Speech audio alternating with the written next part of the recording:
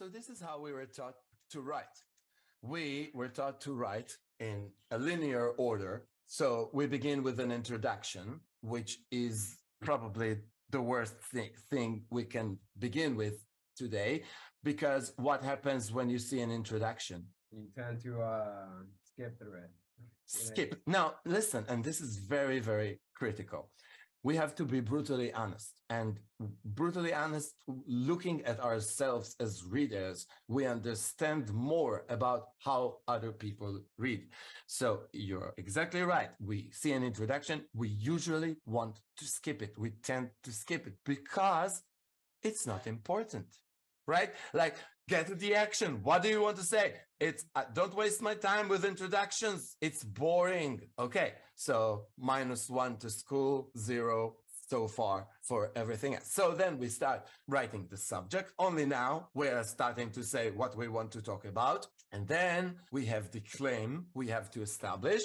And then reason to believe is a professional term from advertising, from persuasion theory. But in school, they tell us to justify our claim, right? So the final passage is the worst. It's like conclusion and summary. Like the conclusion has to summarize everything else we've written so far. So what happens if you see a text and you find out that it has a summary? You skip to the summary. Yeah, You just read. Straight to it. Right. So look at this. So look at this, the 1, 2, 3, 4, 5 order of writing, and look at how we read.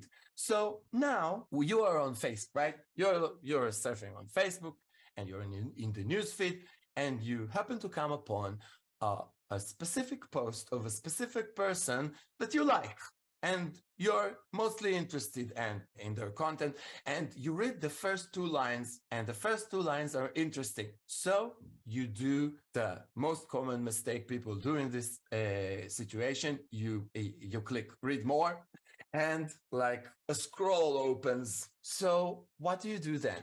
And I remind you, this is a person you already find interesting, and the first 2 lines are interesting. What do you do?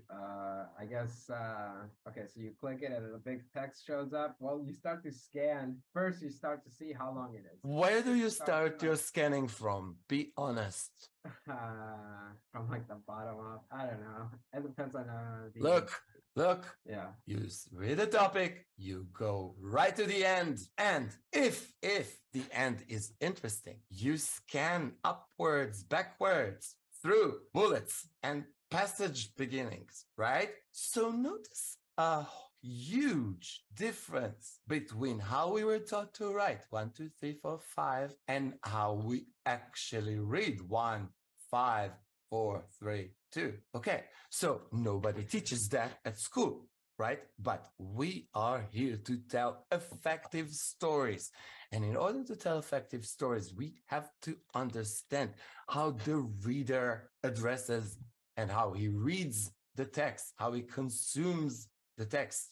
And we cannot fight how readers read. We have to adjust our writing so that we will not miss any major places that readers are reading.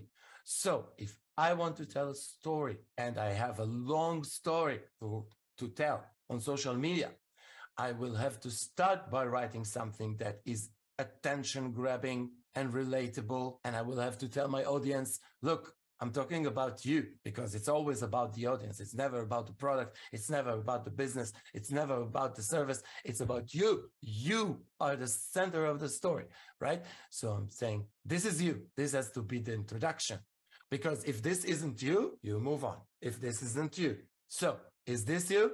Right. Keep reading, but you're going here. So I find you here with my main message, and I give you reasons to scan backwards because I want you to read other stuff. But the thing is, I am not your teacher. There is no exam at the end of this social media post, but there is a goal. I did have a goal before I started writing it. And my goal was for you to comment. Do you have to read the entire text in order to comment? Do you? No, of course not. You have to read only the things you find interesting and then comment by what you're interested of. And the thing is, there is no exam. I don't care if you didn't read the entire thing. I care only if you commented or shared or clicked or filled your details so I can mail you stuff, right?